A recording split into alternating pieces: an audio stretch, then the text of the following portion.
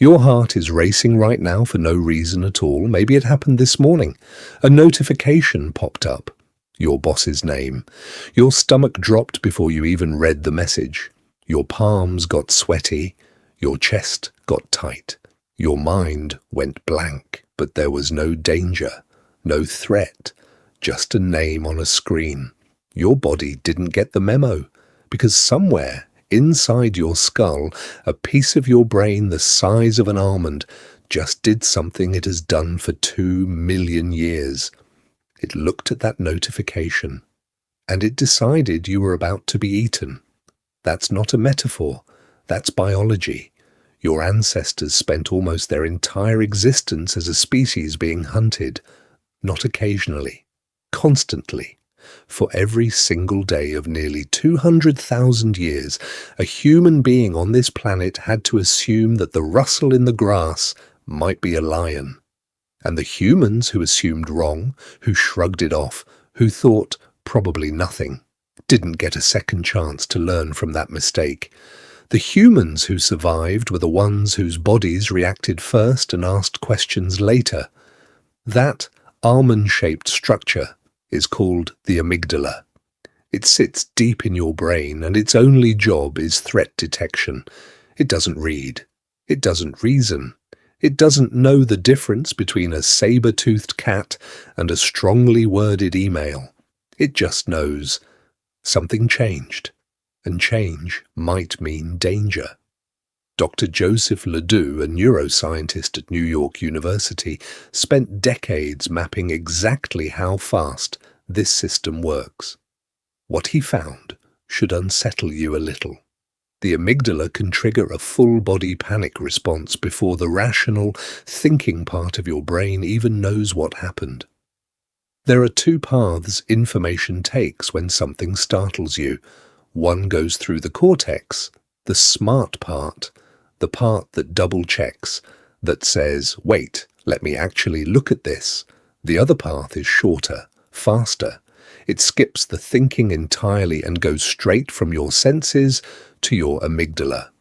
Ledoux called it the low road, and the low road wins every time. By the time your rational brain figures out that the shadow in the corner is just a coat on a hook, your amygdala has already flooded your bloodstream with adrenaline and cortisol. Your pupils have already dilated. Your blood has already rushed away from your stomach and into your limbs. You were already running before you knew what from. This is why you can feel embarrassed about your own fear. You know, logically, that an email cannot hurt you, that a difficult conversation cannot kill you, that being watched while you speak in front of a room will not end in your death. But try telling that to an almond that has spent 2 million years assuming the worst. To understand why this system is so fast, so absolute, so unwilling to compromise, you have to go back further than most people ever think to. Not centuries, not millennia, millions of years. For most of that time, your ancestors were not the most dangerous animal on the savannah, far from it. Anthropologists have a term for early humans and their ancestors, prey species, not predators, prey. Fossil evidence from sites in South Africa shows something startling. Bones of early hominins found alongside puncture marks that match the exact spacing of leopard teeth. Your ancestors were being hunted the way a gazelle is hunted today. Dr. Donna Hart, a biological anthropologist, spent years cataloguing predation marks on hominin fossils. Her conclusion was blunt. Early humans were, for a very long stretch of their history, a food source, not the apex of the food chain. A rung somewhere in the middle alongside antelope and warthogs, hunted by leopards, hyenas and giant eagles whose talons could pierce a human skull. Think about what that does to a nervous system over time. Imagine every generation for hundreds of thousands of generations filtered through the same brutal test. Did you notice the predator in time? Did your body react fast enough? Did you survive long enough to pass on whatever wiring made that possible? That filtering process didn't produce calm, contemplative brains. It produced paranoid ones, brains that treated every rustle, every shadow, every unexpected sound as a possible death sentence, because often enough it was. This is the deep, uncomfortable truth beneath modern anxiety. You are not descended from the calm ones. You are descended from the ones who panicked correctly. Now think about your phone. Every notification is a tiny social event. A like, a comment, a reply, or the absence of one. Your amygdala cannot tell the difference between a real, tribal rejection on the savannah and a message left on read. It treats both the same way. It sounds the alarm. To understand why social signals hijack this ancient alarm system so completely, you have to look at what actually kept early humans alive once they stopped being easy prey. It wasn't claws. Humans don't have claws. It wasn't speed. A human being loses a foot race against almost every predator on the savannah. It wasn't strength either. A chimpanzee, pound for pound, is roughly twice as strong as a human. What made early humans dangerous, what eventually flipped them from prey to apex predator, was cooperation. Groups, coordinated hunting, shared vigilance. A dozen humans working together could bring down animals that would kill any one of them alone.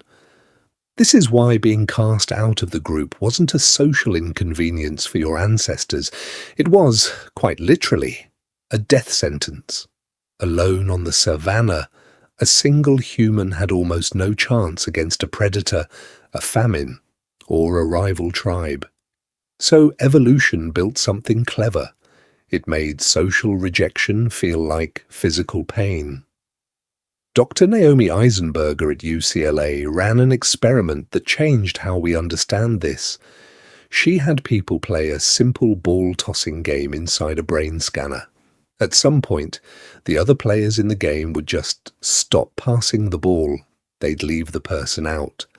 The brain scans showed something remarkable. The same regions that light up during physical injury, the anterior cingulate cortex among them, lit up during social exclusion. Being left out didn't just feel bad. Your brain processed it the same way it processes a broken bone. This is why a cancelled text back can ruin your entire afternoon. This is why being left off an invite list can sting for days. Your brain isn't overreacting. It's running ancient software on modern hardware, and that software has one rule: exclusion equals extinction. This is partly why checking your phone feels less like a choice and more like a compulsion. You are not weak-willed. You are a 200,000-year-old survival machine reacting to a threat it was built to fear. There's a term for this mismatch. Evolutionary psychologists call it mismatch theory. It's the idea that human bodies and brains were built for one environment and are now operating in a completely different one. Your body was optimized for scarcity and now lives in abundance. It was optimized for small tribes and now lives among billions of strangers. It was optimized for immediate physical threats and now faces slow, abstract, ongoing ones. Stress used to have an off switch. You saw the lion, you ran, or you fought, or you climbed a tree. The threat ended. Your body returned to baseline. Now the threat doesn't end. The email is still unanswered tomorrow. The bill is still due next week. The uncertain relationship is still uncertain. Your amygdala keeps firing, and there's no lion to outrun, so the stress just stays. It circulates. It accumulates. Dr. Robert Sapolsky, a biologist at Stanford who has spent his career studying stress in primates, put it plainly. Zebras don't get ulcers because when the lion leaves, the stress leaves with it. Humans get ulcers because we can relive the lion 1,000 times in our heads long after it's gone. But here's the part almost nobody talks about. This ancient alarm system doesn't just react to danger, it actively goes looking for it. Psychologists call this the negativity bias. Your brain is wired to notice, remember, and weigh negative information far more heavily than positive information. Dr. Roy Baumeister, a psychologist who reviewed decades of research on this topic, found the same pattern showing up again and again in completely different contexts. Bad emotions, bad parents, and bad feedback have more impact than good ones. Bad information gets processed more thoroughly than good information. One study he examined found that people need roughly 5 positive interactions to offset the emotional impact of a single negative one. Think about what that means for a normal day. You could receive 9 compliments and 1 piece of harsh criticism and walk away from that day thinking about the criticism. That's not because you're insecure. That's not a character flaw. That's your amygdala doing exactly what kept your ancestors alive. A missed opportunity for a positive outcome, like a piece of fruit you didn't find, rarely killed anyone. But a missed negative signal, a predator you didn't notice, could end everything. So evolution built you to scan for threats far more diligently than you scan for rewards. It made bad things louder than good things, permanently. Now put that wiring inside a media environment built entirely around your attention. News organizations did not invent the negativity bias, but they learned, whether consciously or not, exactly how to exploit it. Fear keeps eyes on the screen. Outrage keeps fingers scrolling. A calm, reassuring headline gets scrolled past in half a second. A threatening one stops the thumb. Researchers at McGill University tracked what kind of news headlines people actually clicked on across huge data sets pulled from real news sites. The finding was almost embarrassingly consistent. Negative words in headlines increased click-through rates no matter the topic, no matter the outlet, no matter the country. You are not choosing to consume more bad news because you're pessimistic. Your amygdala is choosing for you milliseconds before your conscious mind even gets a vote. This is also why arguments escalate faster than they resolve. Why one sharp comment in a relationship can undo weeks of warmth. Why a single bad review can haunt a business owner more than 100 glowing ones. You're not weak, you're ancient. You're running the exact software that once kept a small group of prey animals alive on an open plain full of things that wanted to eat them. There is one more piece to this puzzle, and it might be the strangest one. Your body doesn't just react to real threats and social threats, it reacts to imagined ones with the exact same intensity. Neuroscientists have shown, using brain imaging, that vividly imagining a stressful event activates almost the same neural pathways as actually experiencing it. Your amygdala doesn't have a reliable way of distinguishing between a memory, a fear, and reality. This is why lying awake at 3 in the morning replaying an argument can leave your heart pounding just as hard as the argument itself did. This is why rehearsing a difficult conversation in your head can leave you as exhausted as having it. Your body doesn't know the difference between a real lion and the mental image of one. Dr. Sapolsky pointed out something almost darkly funny about this. A zebra being chased by a lion is one of the most stressful experiences an animal can have, biologically speaking. But the zebra only experiences it once in the moment it's happening. Humans have the unique, dubious ability to experience that same biological stress response dozens of times over an event that happened once, or worse, over an event that hasn't happened at all.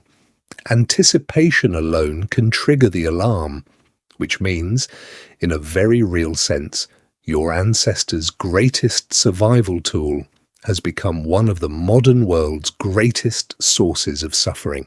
The same system that let a human notice a predator half a second before it struck now lets your mind manufacture predators that were never there.